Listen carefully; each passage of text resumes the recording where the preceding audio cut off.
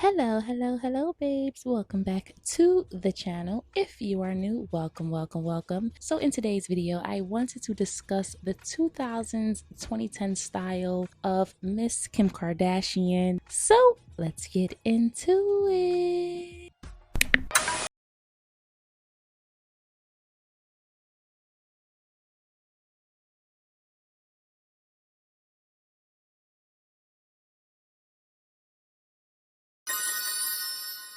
Now, I wanted to discuss the late 2000s and 2010 style of the beautiful yet controversial Kim Kardashian. Now, I know many people aren't huge fans of Kim for very valid reasons, while others have misogynistic viewpoints on how a woman should behave and think she deserves the absolute worst, while men who commit actual crimes, harm women, and do horrible things are not only continuously propped up, but excuses are made for them by both men and women. Now, men, they will always be on code for other men and defend other men even if they don't agree with them, while women can't seem to keep that same unity and will actually make excuses for some of these men. So while Kim is controversial and I am not a stan, especially for some of the things she has done in the past, Kim has always been absolutely beautiful to me and has always had an it factor, whether people like her or not. One thing I was always taught was to never be a hater. Even if I am not fond of someone,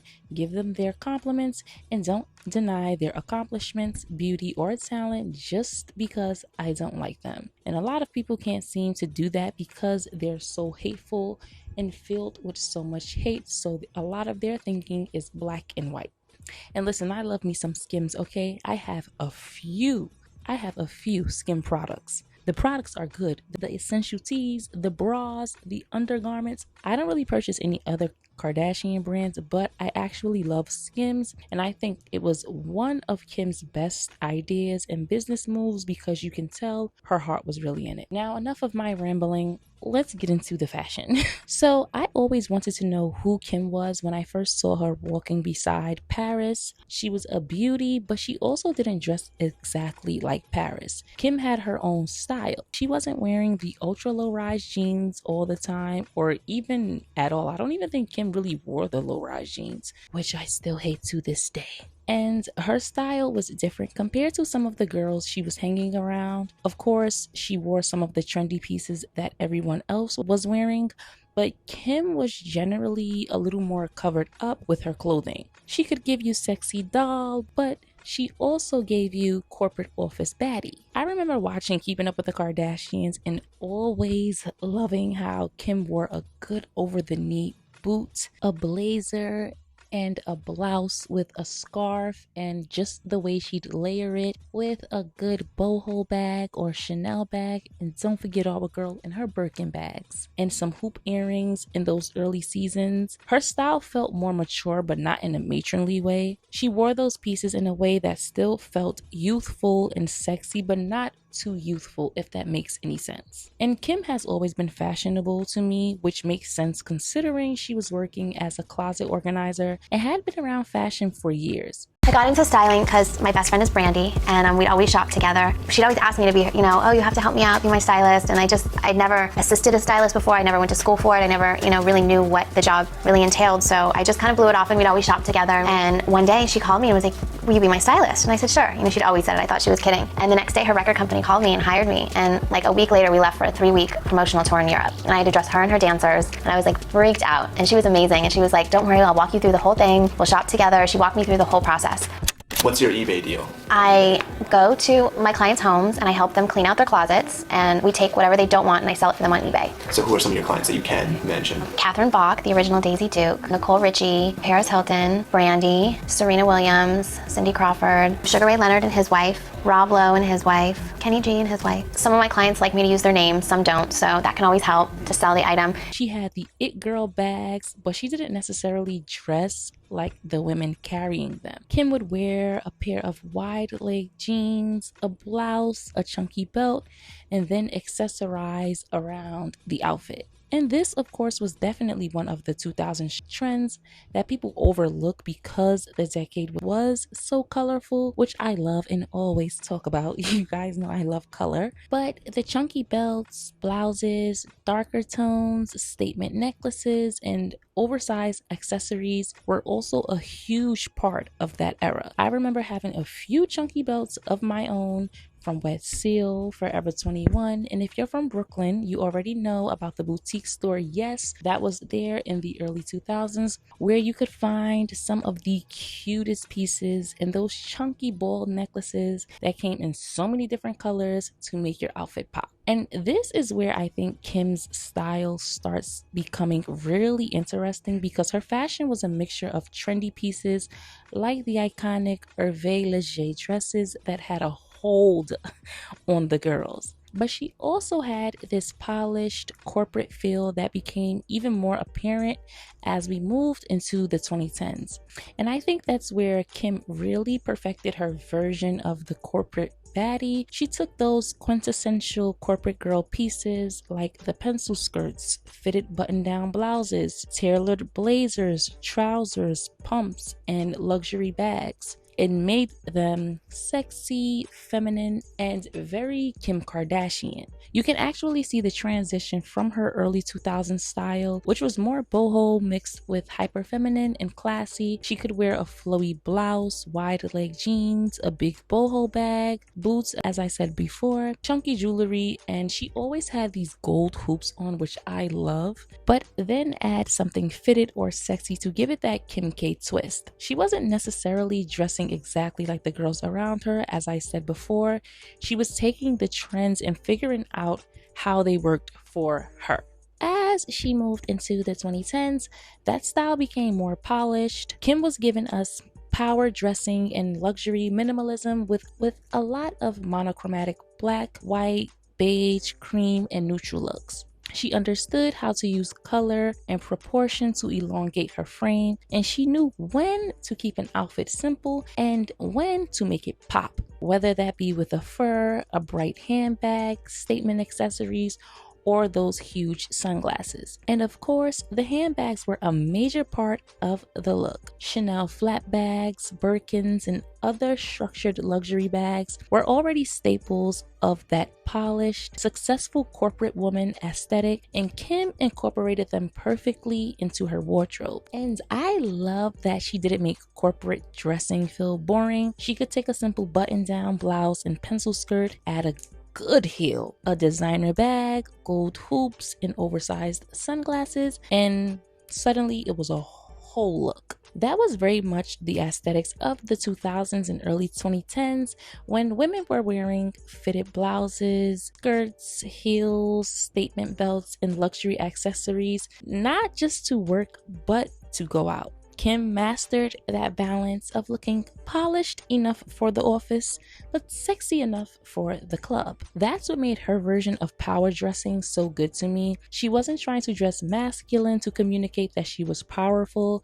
She was still giving femininity, curves, sex appeal, and glamour while still looking polished and successful. And as Kim's career grew, so did the wardrobe. She was dressing like the CEO she would eventually become. She built an empire and became exactly that, a CEO and a businesswoman. So in a way, I feel like she was manifesting the woman she was becoming through her clothes, which is why I always say dress how you want to be addressed and dress for the job you want or whatever it is you want to do, because those things will come to you and it's like you're preparing to enter into that phase of your life. Kim's style during the 2010s was my favorite because she wore so many timeless pieces and looks that I would actually wear and have worn similar versions of. The high-waisted bell-bottom jeans with belts and blouses, the Birkin, because Kim kept a good Birkin at her side, and those very polished fitted looks. Also, another thing,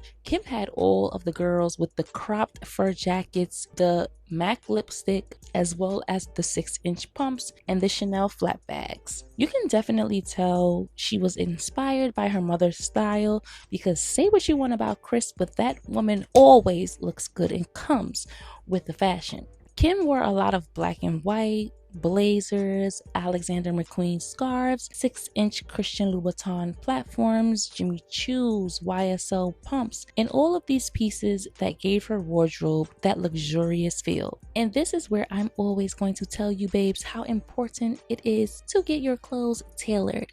It makes all the difference in how your clothes fit you. Kim's wardrobe was tailored perfectly to her body, and that's one of the reasons so many of her looks still look good today. They were timeless, but she would add her own twist to keep them from feeling boring or outdated. Kim is also a shorter woman. I believe she's around 5'2" or 5'3", and I loved how the pieces she wore never seemed to take over her. She knew what to wear and what fit her best. Though I'm a tall girly, and you know how hard it is to find pieces that have the perfect length and actually fit well, I love seeing my short girlies wear pieces that we would normally wear but adjust them for their height. Kim adding those 6-inch pumps to flare jeans that may hit the floor or look overly long without a heel is a perfect example of that. You know, I didn't even realize Kim was as short as she was when I was younger. I thought she was around 5'7" during the 2000s because of how she wore her clothes and how they fit her.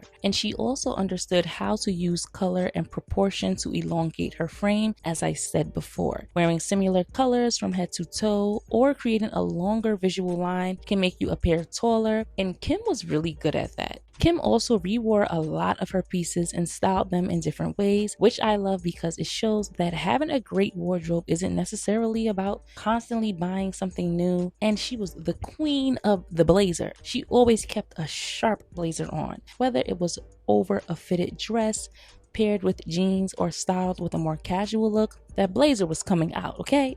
And look, I love the way Kim dresses now too. As many of you know, I love fashion.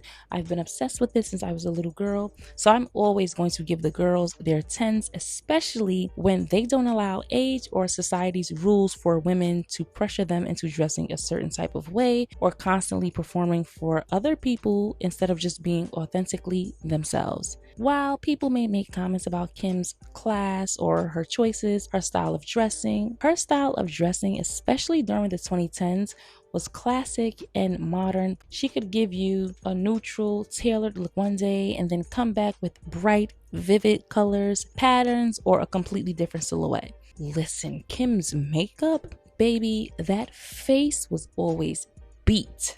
Which actually, Kim is one of the people, aside from like other models and things, that made me want to play in makeup. Kim has always been someone who could give you a makeup look. When she wants to give you drama, she would, but her makeup looks have almost always been a hit. Her signature contour, defined brows, nude lips, dramatic lashes, but not too dramatic. Kim actually liked a good natural lash, but when she wanted to give you a little drama, it was just enough, but not too much. That became a huge part of the beauty aesthetic of that era and eventually influenced beauty culture on a much larger scale. As I said before, I wasn't someone who really liked makeup like that. Watching Kim or looking at Kim on Keeping Up with the Kardashians made me want to play in makeup. I also would love for Kim to give us an updated closet tour specifically for her bags.